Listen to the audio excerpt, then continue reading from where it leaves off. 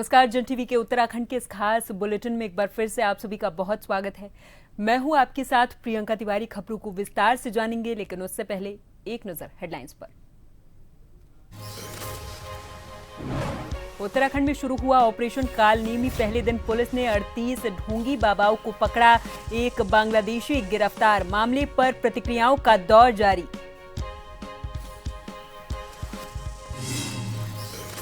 Nainital high court का बड़ा निर्णय, 2 जगह मतदाता सूची में नाम वाले प्रत्याशी नहीं लड़ सकेंगे पंचायत चुनाव। कहा, ऐसे प्रत्याशियों का चुनाव लड़ना पंचायत राज अधिनियम के खिलाफ।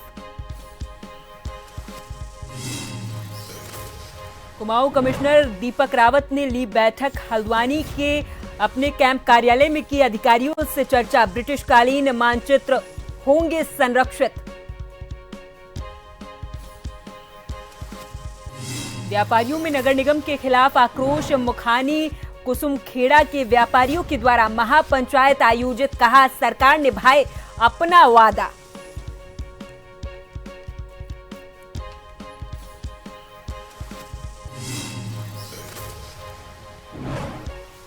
और डीजीपी ने की हर की पैड़ी पर मां गंगा की पूजा। कांवड़ यात्रा को सकुशल संपन्न कराए जाने का लिया आशीर्वाद। कई पुलिस अधिकारी मौके पर रहे मौजूद।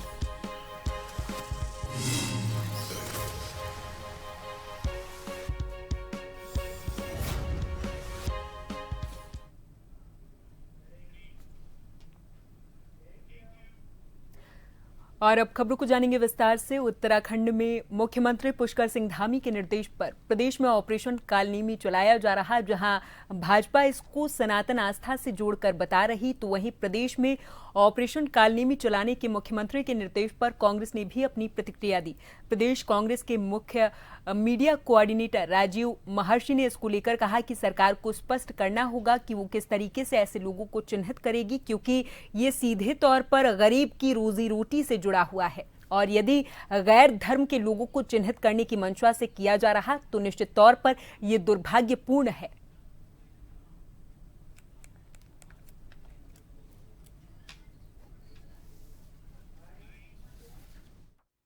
कालनेमी एक राक्षस का नाम है।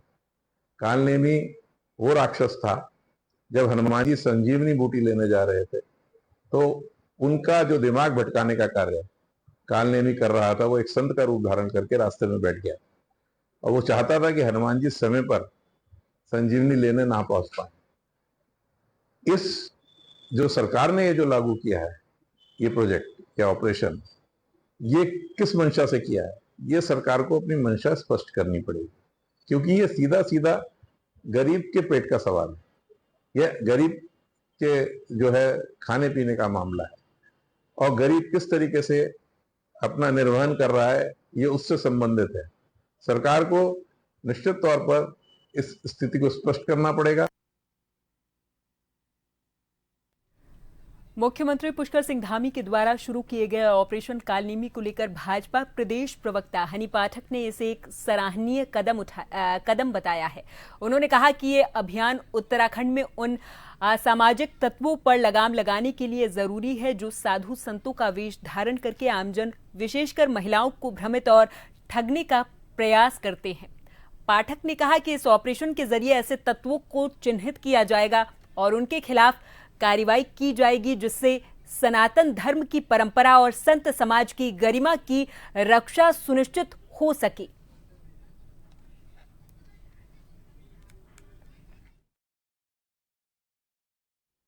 ये जो सराहनीय कदम हमारे यशस्वी मुख्यमंत्री श्री पुष्कर सिंह धामी जी ने ऑपरेशन कालनेमी शुरू किया है, ये बहुत ही ज्यादा सराहनीय पहल रहेगी हमारे उत्तराखंड में।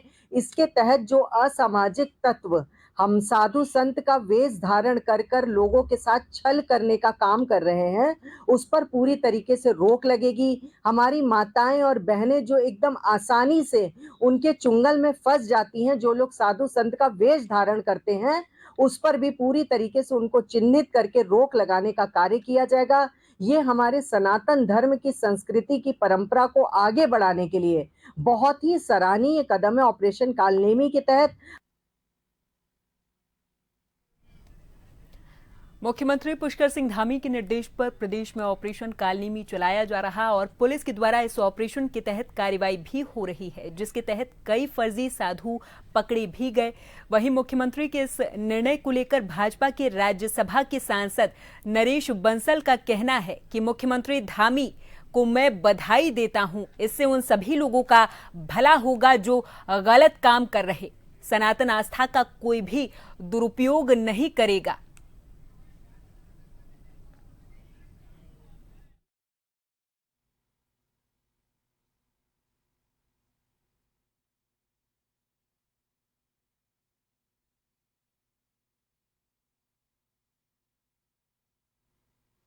ऑपरेशन कालनेमी देवभूमि में माननीय मुख्यमंत्री जी के द्वारा चलाया गया।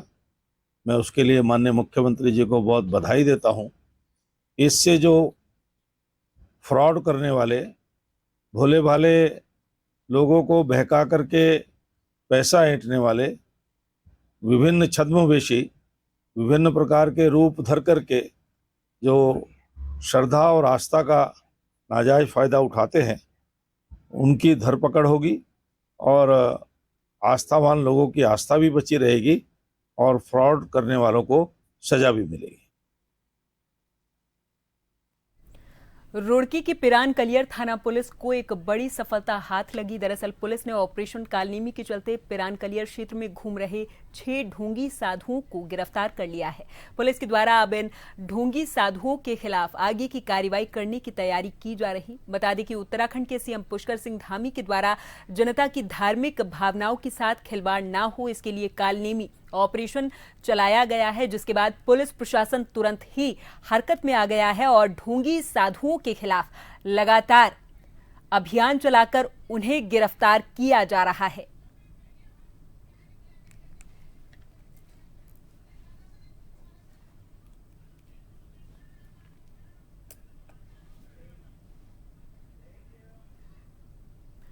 उत्तराखंड में इन दिनों पंचायत चुनावों की सरगर्मियां तेज हैं, लेकिन इसी बीच दोहरी वोटिंग को लेकर एक बड़ा सवाल खड़ा हुआ। दरअसल हाईकोर्ट ने साफ निर्देश दिए कि जिनके नाम नगर निगम और या फिर नगर पालिका की वोटर लिस्ट में है, वो पंचायत चुनाव नहीं लड़ सकते। कोर्ट की सख्ती के बाद अब सरकार भी एक्शन मोड में आ गई। भाजपा की ओर से प्रदेश प्रवक्ता कमलेश रमन ने कहा कि सरकार और चुनाव आयोग कोर्ट के हर आदेश का सख्ती से पालन करेंगे।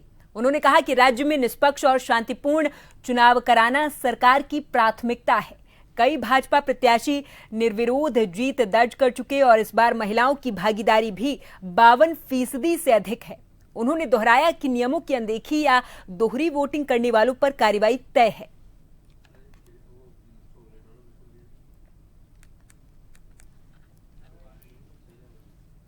देखिए, कोर्ट का जो भी आदेश है उसका पालन किया जाएगा और नियमानुसार जो भी कोर्ट ने कहा है उन सारी चीजों को जो है सरकार भी और हमारा चुनाव आयोग भी देख रहा है। वाकई ये सही बात है कि दो जगह जो लोग वोटिंग करने का काम करते हैं, अगर किसी का नगर निगम में, नगर पालिकाओं में नाम है, जिला पंचायत के चुनाव जाकर के अगर लड़ रहे हैं, तो कोर्ट ने जो भी आदेश दिया है वो शिरोधार्य है और सरकार उसका पूरा पालन करेगी। इस चुनाव में किसी भी तरह का कोई कोताही ना हो, इसको लेकर के ज्यादा चिंतित सरकार है और इसीलिए सारी जगह जो चुनाव हो रहे हैं बहुत ही निष्पक्षता के साथ में चुनाव हो रहे हैं और हमारे लोग निर्विरोध भी जीत करके आ रहे हैं और हमारी महिलाओं ने भी इसमें बढ़ चढ़ करके हिस्सेदारी ली है। और पाडली गुज्जर नगर पंचायत से एक हैरान करने वाला मामला सामने आया। दरअसल यहां पर कांग्रेस पार्टी के टिकट पर नगर पंचायत चेयरमैन के पद पर चुनाव जीतने वाली शहरून नाम की महिला चेयरमैन का गजब ही जलवा देखने को मिला है। कांग्रेस पार्टी की इस महिला चेयरमैन को नगर पंचायत के चुने हुए सभासद ही नहीं पहचान पाते, तो फिर वोट देकर अपनी चेयरमैन चुनने वाली जनता कहां पहचान पाएगी? क्योंकि कांग्रेस पार्टी की शहरून नाम की ये महिला चेयरमैन हमेशा बुर्के में रहती है। नगर पंचायत वार्ड नंबर 1 से सभासद चुनकर आए आकाश का आरोप है कि चुनाव के 6 महीने के बाद भी वो अपनी महिला चेयरमैन को नहीं पहचानते, क्योंकि उन्होंने कभी चेयरमैन को देखा ही नहीं। हैरानी तो उस समय होती है जब नगर पंचायत के अधिशासी अधिकारी राहुल उनियाल ही अपने बयान में ये कहते हैं कि वो चेयरमैन की पहचान उनके सिग्नेचर से करते हैं। पनियाला में स्थित पाडली गुज्जर नगर पंचायत के कार्यालय में बोर्ड की बैठक का आयोजन किया गया था।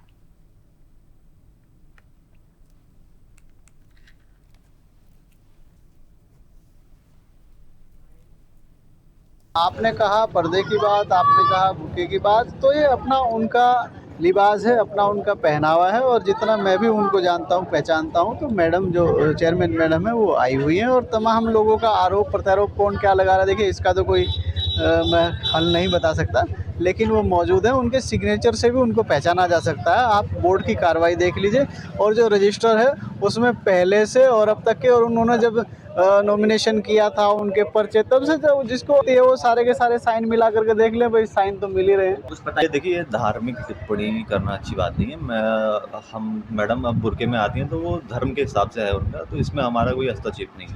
तो कैसे लोग नहीं, वो तो साइन है, पहचान पत्र है, साइन तो कोई और भी कर सकता है। नहीं होता है। देखिए, ये लोकतांत्रिक प्रक्रिया है, इसमें ऐसा नहीं होता है कि आपके साइन बैंक भी वेरीफाई करता है, ऐसा नहीं होता। हम तो विधायक जी थे यहाँ पे, जाति जी आ रखे थे और सभी बोर्ड मेंबर थे। यदि किसी मतलब 8 बोर्ड मेंबर आ रखे थे हमारे, यदि किसी को ऐसी आपत्ति होती तो फिर बातें उठती है, ऐसा नहीं है। टीम नहीं आए क्या कारण? अब ये कारण तो देखिए व्यक्तिगत रूप से वही बता पाएंगे अच्छी तरीके से कि क्यों नहीं आ पाए। हमारे द्वारा सभी को सूचना दी गई थी। तो मैं तो ये पूछना चाह रहा था ये साहब से और चेयरमैन साहब से कि भाई इसका जब बैठक का कोई एजेंडा ही नहीं है तो आप किस बेस पे बैठक कर रहे हो? जब आपके पास कोई बजट ही नहीं है, जब काम होने ही नहीं है, तो बैठक करा के बिना फालतू कुछ काम नहीं। क्योंकि हमने इससे पहले भी एक बैठक कराई थी फरवरी 2017 में, 2025 में ही। उसमें हमने बहुत प्रस्ताव दिए थे उनको, अपने लिख के सब नए प्रस्ताव दिए थे, लेकिन एक भी प्रस्ताव पे कोई काम नहीं हुआ। आगे इस बैठक का कोई औचित्य नहीं था, क्योंकि पहले अगर उस बैठक का कोई प्रस्ताव 2-4 काम हो जाते तो हम कहते कि आप बैठक करा लो, हमारी कोई सहमति नहीं थी। और इससे पहले भी 7 सभासद पूर्ण तरह सहमत थे। यहाँ आकर उन पर दबाव बनाया गया, वो बेचारे दबाव में आकर अंदर चले गए। चेयरमैन साहब तो मुझे देखो पता नहीं, क्योंकि हमने चेयरमैन साहब को अभी आज तक देखा ही नहीं है। सही बात तो ये है, क्योंकि कौन है कौन नहीं साहब को आज तक देखा ही नहीं। जब भी देखा चेयरमैन प्रतिनिधि कार्य करते हैं, हर वार्ड में जाते हैं, सारे जो भी काम करते हैं चेयरमैन प्रतिनिधि के द्वारा हो रहे हैं। आप और यहाँ पर वक्त है एक छोटे से ब्रेक का, फौरन हाजिर होंगे कुछ और खबरों के साथ।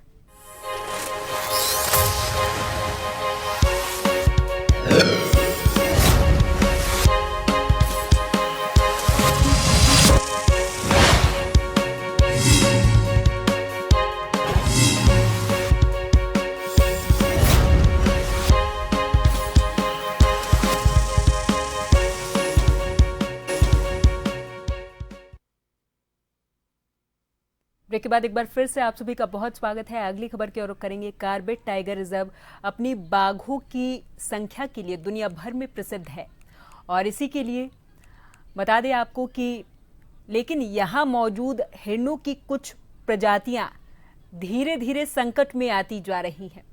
ऐसा ही एक मामला हॉग डियर का है, जहां पर कार्बेट में चीतल, सांभर और काकड़ जैसे 3 अन्य प्रजातियों के हिरन बड़ी संख्या में देखे जाते हैं।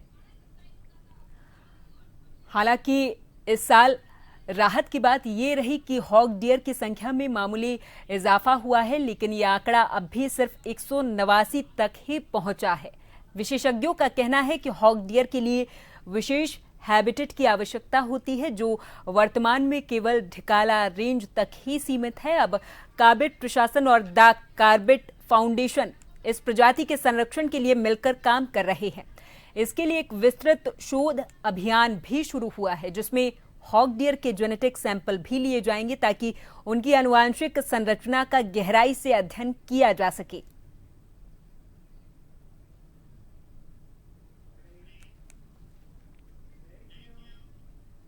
रामनगर में उत्तराखंड पुलिस के रिटायर्ड एक दरोगा का सिंचाई नहर में शव मिलने के बाद इलाके में हड़कंप मच गया, तो वहीं मृतक के परिजनों ने जहां एक और कोहराम मचा दिया, तो वहीं पुलिस भी मामले की जांच में जुट गई है। आपको बता दें कि मूल रूप से पौड़ी गढ़वाल निवासी 63 साल के जगमोहन सिंह रावत, जो कि उत्तराखंड पुलिस में दरोगा के पद पर तैनात थे, करीब 3 वर्ष पूर्व वो रिटायर हो गए थे और बिहार कॉलोनी में रामनगर में अपने परिवार के साथ रहते थे। शनिवार की सुबह जगमोहन रावत का शव हाथीनगर के पास सिंचाई नहर में बरामद हुआ है। हालांकि पुलिस ने शव का पोस्टमार्टम कराने की कार्रवाई शुरू कर दी है। मामले में सीओ नितिन लोहनी ने कहा कि मामले की जांच के बाद अग्रिम कार्रवाई की जाएगी।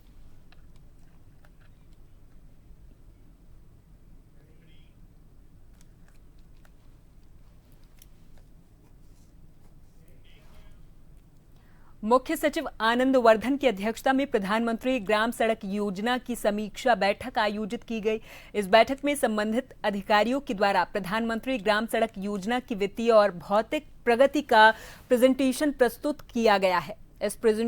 इस प्रेजेंटेशन में अवगत करवाया गया कि वर्तमान समय में पीएमजीएसवाई योजना का चौथा चरण गतिमान है। प्रधानमंत्री ग्राम सड़क योजना 4 में 2645 गांव को आच्छादित करते हुए 9500 किलोमीटर की सड़क बनाने का लक्ष्य है। इसमें प्रथम फेज में 1370 किलोमीटर की 212 सड़कों की डीपीआर का अनुमोदन किया गया है, जिन पर काम चल रहा है। इधर मुख्य सचिव ने पीएमजीएसवाई के अधिकारियों को निर्देशित भी किया है कि सड़क निर्माण के कार्यों की गुणवत्ता बेहतर रखें और उसकी प्रगति भी तेजी से बढ़ाना सुनिश्चित करें।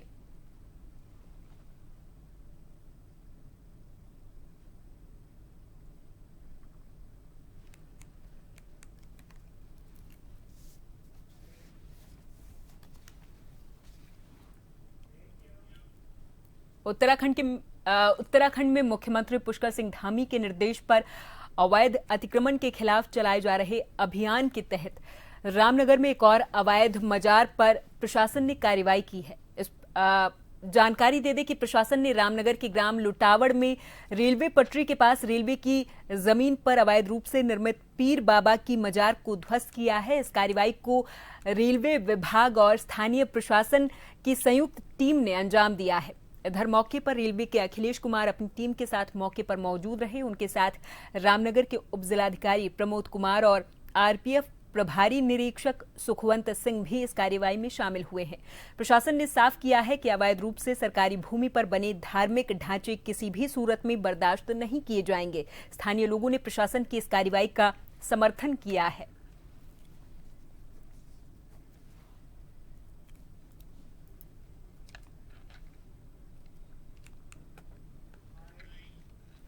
ये मजार रेलवे की भूमि पर लोटाबड़ नामक स्थान में थी और इसमें कुछ समय पूर्व शिकायत प्राप्त हुई थी कि यहाँ पर एक अवैध रूप से मजार यहाँ पर बनी हुई है। इसमें रेलवे विभाग के अधिकारियों से वार्ता की थी, उनको बताया गया था, उनके द्वारा कुछ कार्रवाई की गई थी। उसके पश्चात रेलवे विभाग और प्रशासन पुलिस सभी के सहयोग से इस मजार को वहाँ से हटा दिया गया है। अभी तक लगभग 7 से अधिक मजारें हम लोगों ने यहाँ पर से जो अवैध रूप से निर्मित थी उनको हटा दिया गया है। अभियान जहाँ कहीं भी अगर ऐसे अवैध मजार दिखाई जाएंगी वो नियमानुसार विधिक कार्रवाई करते हुए उनको हटाया जाएगा।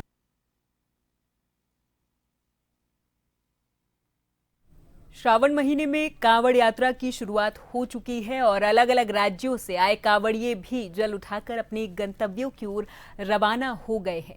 वहीं कांवड़ यात्रा निर्विघ्न संपन्न हो, उसके लिए उत्तराखंड पुलिस के डीजीपी दीपम सेठ ने फोर्स अधिकारियों के साथ मां गंगा का पूजन किया है। डीजीपी दीपम सेठ ने कहा कि हमारी पूरी तैयारी है और इस शुभ अवसर पर आज हम सभी ने गंगा पूजन में एकत्रित होकर प्रशासन और पुलिस की टीम ने हम सब लोगों ने यही प्रार्थना की है, क्योंकि ये बहुत बड़ा आयोजन है, ये निर्विघ्न सफलतापूर्वक संपन्न हो। उत्तराखंड ही नहीं बल्कि सीमावर्ती राज्य जहां से कांवड़ यात्रा निकलती है, हरियाणा, यूपी, हिमाचल, दिल्ली, राजस्थान, सभी से हम लोग निरंतर संपर्क में हैं। हमारी सारी व्यवस्थाएं, चाहे वो सुरक्षा की दृष्टि से हो, यातायात प्रबंधन है या फिर नियंत्रण से हो, ये सभी चीजें हमने पूरी तरीके से तैयार कर ली हैं। हमने हरिद्वार से लेकर नीलकंठ महादेव तक इसके लिए एक पूरी योजना बनाकर जोन, सेक्टर, सब सेक्टर विभाजित किए हैं।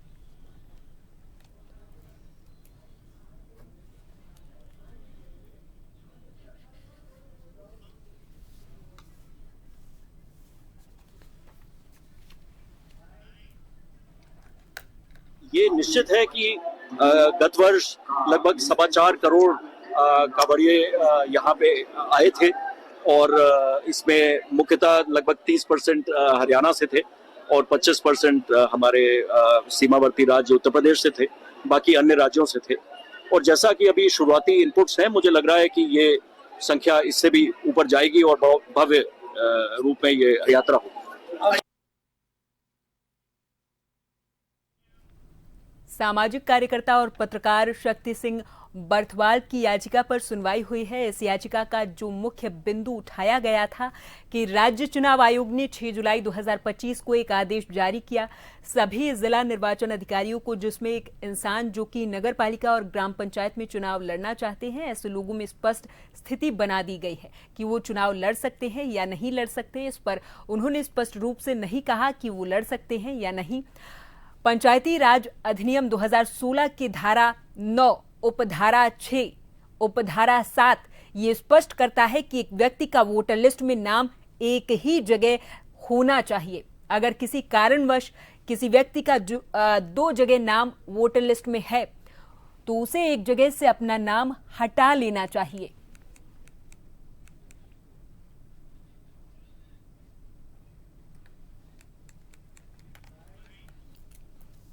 याचिका में जो मुख्य बिंदु उठाया गया था वो यह था कि एक और राज्य निर्वाचन आयोग क्या कर रहा है कि 6 जुलाई 2025 को उसने एक आदेश जारी किया सभी जिला निर्वाचन अधिकारियों को और ये कहा कि एक इंसान जो नगर पालिका का भी वोटर है और जो ग्राम पंचायत में भी चुनाव लड़ना चाहता है, तो ऐसे लोगों को लेकर एक अस्पष्टता की स्थिति बना दी कि वो चुनाव लड़ सकते हैं या नहीं। इस पर उन्होंने एक क्लियर रूप से नहीं कहा कि वो चुनाव नहीं लड़ सकते, जबकि पंचायती राज अधिनियम 2016 की धारा 9 की उपधारा 6 और उपधारा 7 यह स्पष्ट करता है कि एक इंसान एक ही जगह का वोटर हो सकता है, एक ही जगह उसका नाम हो सकता है इलेक्टोरल रोल में, और अगर किसी कारण से उसका नाम 2 जगह है तो उसको किसी एक जगह से अपना नाम कटवाना होगा, तब वो चुनाव लड़ने के लिए पात्र हो सकता है, वो तब वोट करने के लिए पात्र हो सकता है।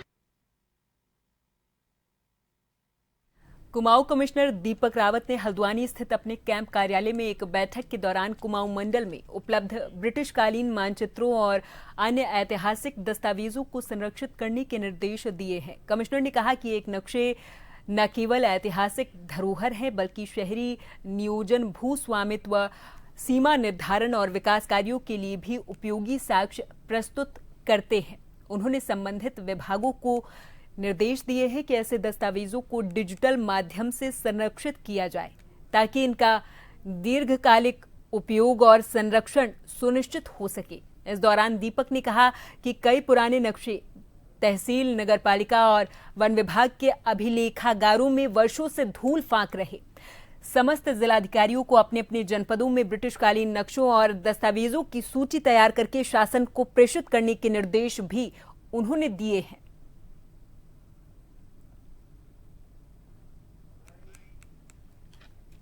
देखिए, जो हमारे मटेरियल लैंड रिकॉर्ड्स के हैं या अन्य नक्शे हैं, ब्रिटिशकालीन भी है, उससे पुराने भी हैं और ये बहुत अच्छी कंजर्वेशन के स्टेटस में नहीं और ख़राब भी हो रहे हैं। तो इसमें सभी डीएम से मैंने कहा है कि उनको रेस्टोर करने के लिए, और मैंने भी सेक्रेटरी कल्चर को भी लेटर लिखी है कि वो भी इसका एक बड़ा प्रोजेक्ट बना के इसको रेस्टोर करवाएं। अभी कमिश्नरी में जो रिकॉर्ड्स थे उसमें से कुछ मैप्स को मैंने इनफैक्ट उसको रेस्टोर भी करवाया है और अच्छे शेप में उसको लेटेस्ट रेस्टोर करके अभी हम उसको अलग अलग जगहों पे प्रदर्शित भी करें।